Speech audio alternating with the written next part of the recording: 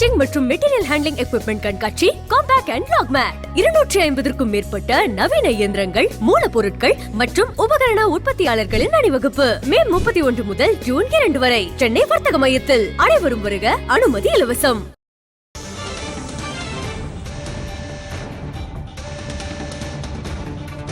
தமிழரை இழிவுபடுத்தும் வகையில் ஒடிஷாவில் தேர்தல் விளம்பரம் வெளியிட்ட பாஜகவிற்கு கடுமையான கண்டனங்களை அதிமுக முன்னாள் அமைச்சர் ஜெயக்குமார் எக்ஸ் தளத்தில் பதிவிட்டிருக்கிறார்.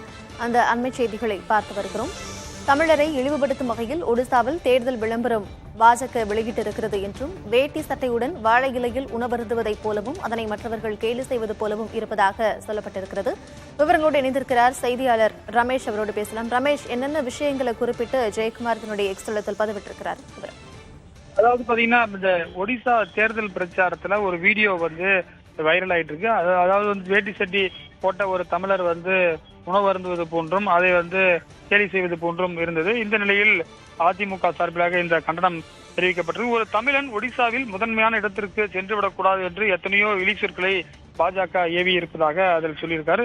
இன்னும் ஒருபடி மேல போய் சொல்லணும்னா, தமிழ் இனத்தை இழிவுபடுத்தி பார்க்க வேண்டும் என்ற நோக்கத்தில் தமிழக பாரம்பரிய வேட்டி சட்டையுடன் ஒருவர் வாழை இலையில் உணவு அருந்துவதைப் போலவும் அதை மற்றொருவர் கேலி செய்வதைப் போலும் ஒரு விளம்பரத்தை பாஜக வெளியிட்டிருப்பதாகவும் சொல்லியிருக்காரு.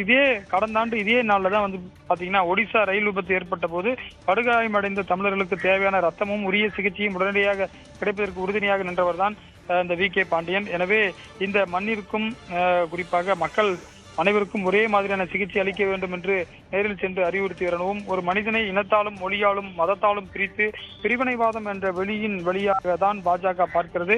மதுரை மண்ணின் இந்த மரத்தமிழன் அறத்தின் வழி நின்று வென்று காட்டுவார் என்று வி.கே. பாண்டியனுக்கு ஆதரவாக தற்போது அதிமுக சார்பில் இந்த கருத்து என்பது பதிவு செய்யப்பட்டிருக்கிறது.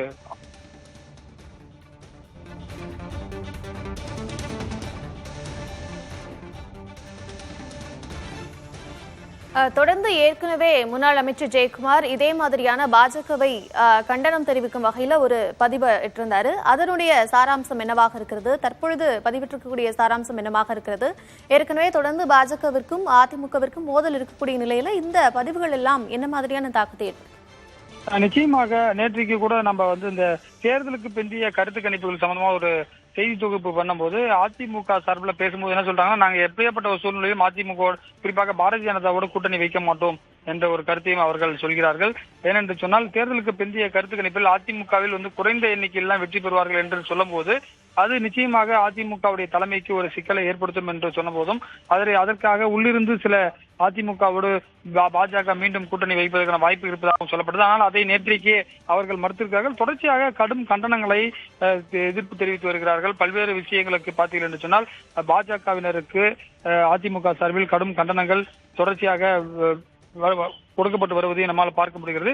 இந்த நாளைக்கு தேர்தல் முடிவுகளுக்கு பிறகு என்ன மாதிரியான நிலைப்பாடுகள் வரப்போகிறது என்பதை நம்ம பொறுத்திருந்து பார்க்க வேண்டும். தேர்தலுக்கு பிந்தைய கருத்து கணிப்புகள் ஒரு மாதிரி வந்திருக்கின்றன. அதையும் மீறி அதிமுக எத்தனை இடங்களில் வெற்றி பெறப் போகிறது என்பன போன்ற, ஏன்னா அதிமுக பொதுச் செயலாளராக எடப்பாடி பழனிசாமி பொறுப்பேற்ற பிறகு நடைபெறக்கூடிய நாடாளுமன்ற தேர்தல் என்பதால் அதில் என்ன மாதிரியான வெற்றியை அவர் பெறப்போகிறார் என்பதையும் நாளைக்கு தேர்தல் முடிவுகள் மூலம் நமக்கு தெரிய வரும். கார்த்திகா, ஒரு தமிழன் ஒடிஷாவில் முதன்மையான இடத்திற்கு சென்றுவிடக் கூடாது என்று பாஜக விளம்பரம் செய்திருப்பதாக அதற்கு கண்டனம் தெரிவித்து அதிமுக முன்னாள் அமைச்சர் ஜெயக்குமார் தன்னுடைய எக்ஸ் தளத்தில் பதிவிட்டிருக்கிறார். விவரங்களை வழங்கியமைக்கு நன்றி ரமேஷ்.